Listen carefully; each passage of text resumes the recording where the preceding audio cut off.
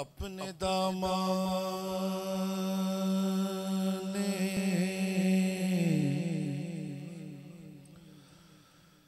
शफाअत में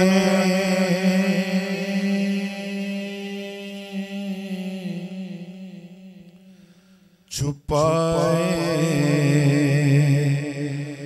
रखना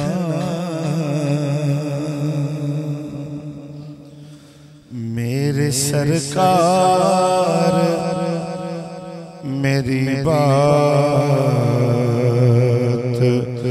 बनाए रखना मेरे सरकार मेरी बात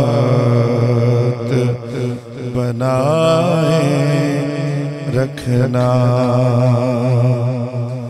और मैंने माना कि निकम्मा मगर आपका हूँ। मैंने माना कि निकम्मा मगर आपका हूँ। मुझ निकम्मे को भी सरकार निभाए रखना। मिलके आवाज है सल्लल्लाहु अलैहि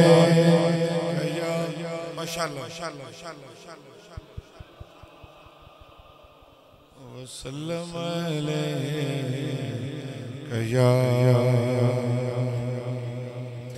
हबीब अल्लाह।